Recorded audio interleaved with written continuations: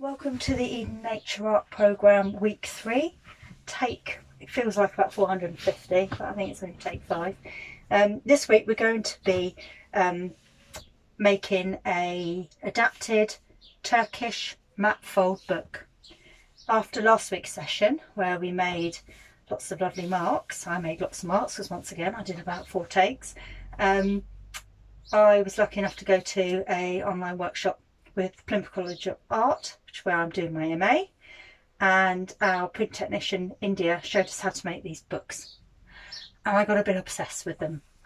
And I thought, well, actually, I said keep all the marks that you made on week 2 session, and I've got loads. This is absolutely ideal for them, so I had a little play. So these are the books. So as you can see, they fold up like that. But when you open them, they've got these lovely little pockets, or foggy mouths to them. Now this one here, as you can see, it's got 2 colours, because all I've done is I've slipped 2 pieces of paper in. I made these separately. I made one that had the print on the back, which I thought that's quite interesting. I made another one which had the print on the inside, and I thought that's quite nice. And then I thought, well, what happens if you put them together? I mean, you can use something that's double printed on both sides, but I quite like when you put these together and open up. That's quite cool, and that's with my favourite printmaking tool at the moment, which I think is the fish slice that I use, which makes these lovely marks. There we go. And then this one here, again, I've just used 2 different sheets, different colours. Made a few of these. These are great because actually what they can do is they can actually be joined. You could join up lots of them and make these really long books. You can spin them around. See, they're quite nice when you put them together like that. They've got a nice shape to them when you do that as well. So there's all sorts of possibilities, and you can use any kind of paper for them. I've used some torn paper. What I will say is I've found the thinner paper is easier to fold. These are 2 variations I've done. This one here, I'll show you this one first. See, these got these lovely, you can see the borders here of all the other colours underneath. So what I've done is I've done 3 layers and I've folded them all. I've done all the same size pieces of paper, and I folded them all at that size, and then once they were folded I cut them. So the outer layer here I've cut 1 centimetre off around the edge. The next one I did a ½ centimetre, so you've got this real nice graduation and of border here. Actually, I've been fiddling with these so it doesn't naturally fold. There you go, there's its proper fold, and you see it fold back like that. But what I've done is I've folded these bits back as well, so I've got this kind of little star shape happening as well.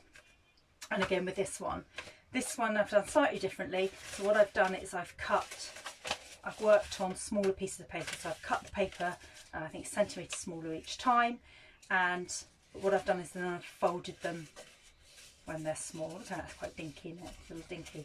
And then slotted them inside each other. Let's have a look. Again, I've been fiddling with these corners, so I'm getting this very starburst effect here. But if I fold them, can I fold them back? Yes, I can. Fold them back to where they were. So there's the book. It's quite a thick book now because it's got lots of bits in it, and then it can open up like this as well. The other thing I've done, where is it? There it is. This is a double length book. So what I've done is I've used a rectangle instead of a square, and I've folded the square, and I've treated each side like a single book and folded them that way. And then with the hope, I just wanted to see if I could do it really, and it works. And then my aim is to do an even longer one of these, so depending on the length of my paper. So you've got this really nice long book, and again I can join loads of these up. They're quite fun. And then what I might do is put some more in those, and I've made quite a big one, so it'll be the biggest one I can make at the moment because of my paper sizes. So there's this book. I haven't even folded it back on itself. This book here, And then when you open it up, like so. And my thinking is what I might do is I might make a bit of creasing books and pop them in there and see what that looks like and have some fun. So there you go. So I'm just going to show you how to make those really. They're quite exciting. What I've done is I'm working on a white piece of paper, but it's actually really hard to see the folds. So I've drawn lines so you can see where I'm folding them really. So you won't need to draw the lines. It's just so you can see on the camera. Lights, it's really grey here today. You might have a little bit of a shadow for me as well, so it's easier if you can see the lines. So what we're going to do is start with the square, and then we're going to fold that square in half. Now I've folded this several times today, so it looks a lot, you know, I'm folding very easily. I'm going through the motions really, because it's already done. So we fold that in half, and then you open it up, and what we're going to do is we're going to say, to make this line here, we're going to fold to the centre.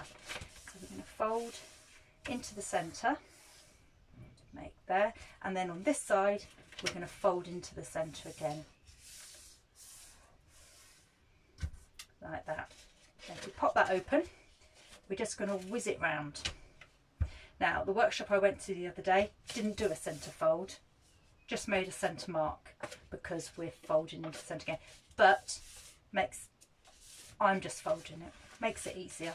So we fold into the centre again there, along there, open it up, and then we're going to do the same as we did the other way. We're going to fold into the centre there, and then we're going to fold into the centre there, like that. So when we've got that, ignore those lines there, you've got a nice grid pattern, and we're just going to flip that over, and we're going to twist the paper, and then we're going to fold diagonally that way, just tip to tip. I'm also having to work a long way, whereas normally I'll be sitting on the floor, but I don't want to get my head in the way of so struggling to see where we fold here. So then we're going to turn it the other way, and we're going to fold that way. So there you go, and then open that up.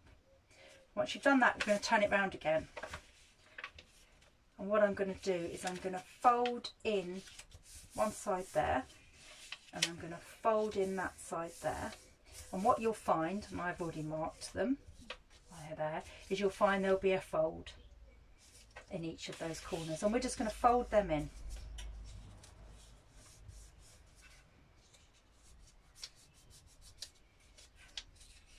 Like so. And then we're going to open them up, we're going to flip the whole thing over, and we're just going to fold them the other way. So if we fold them that way, and this is a little bit stiff, and you just fold them over. So we need them to be a bit flexible, like so. I'm going to pop them open, and then we're going to open up. And what we're going to do next, go that way because it will fold, is what you'll find is you'll have two sides that will have these folds here, which is why I've marked them. This side here hasn't got these, so you want these to be that side. Well, depending on which way you work, but this way, because what we're going to do is we're going to fold corners in here and here, and these are going to be like a straight edge there. If you've ever made gift boxes, I should imagine it's a similar technique. And then we're going to pop them in. Don't forget, mine are going in quite easily because they have been folded lots of times today. So they've already been done quite a few times. So if they're a bit stiff, just, you know, make the crease a little bit sharper, and they should move in. And then where we've got these creases here, this then should collapse like this, and you can already see the book taking shape there now already. So what you need to do is you need to sort of push that in, and then push these sides over like so,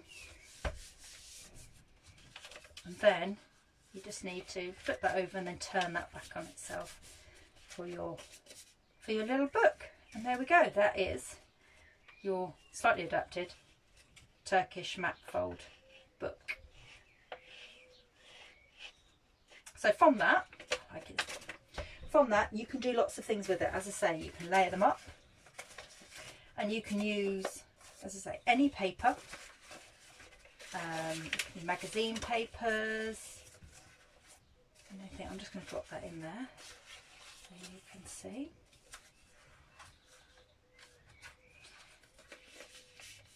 Any scraps of paper you have lying around, any size. It's a little bit fiddlier, I've noticed on this little blue one. It started getting a bit fiddlier, but also that was a thickish card. It's easier on thinner card and it's easier at a bigger size, but you can have a play and see what you can make with them. So I'm looking forward to experimenting a bit more with these. What I will say is, if you do make something, which I hope you do, please share it with me. The Creative Gym Facebook page, you can always just post images on there, or for students of Cornwall College, please just email me, because you've got my college email, and drop me some images there. It'd be really lovely to see what you make. Okay, enjoy.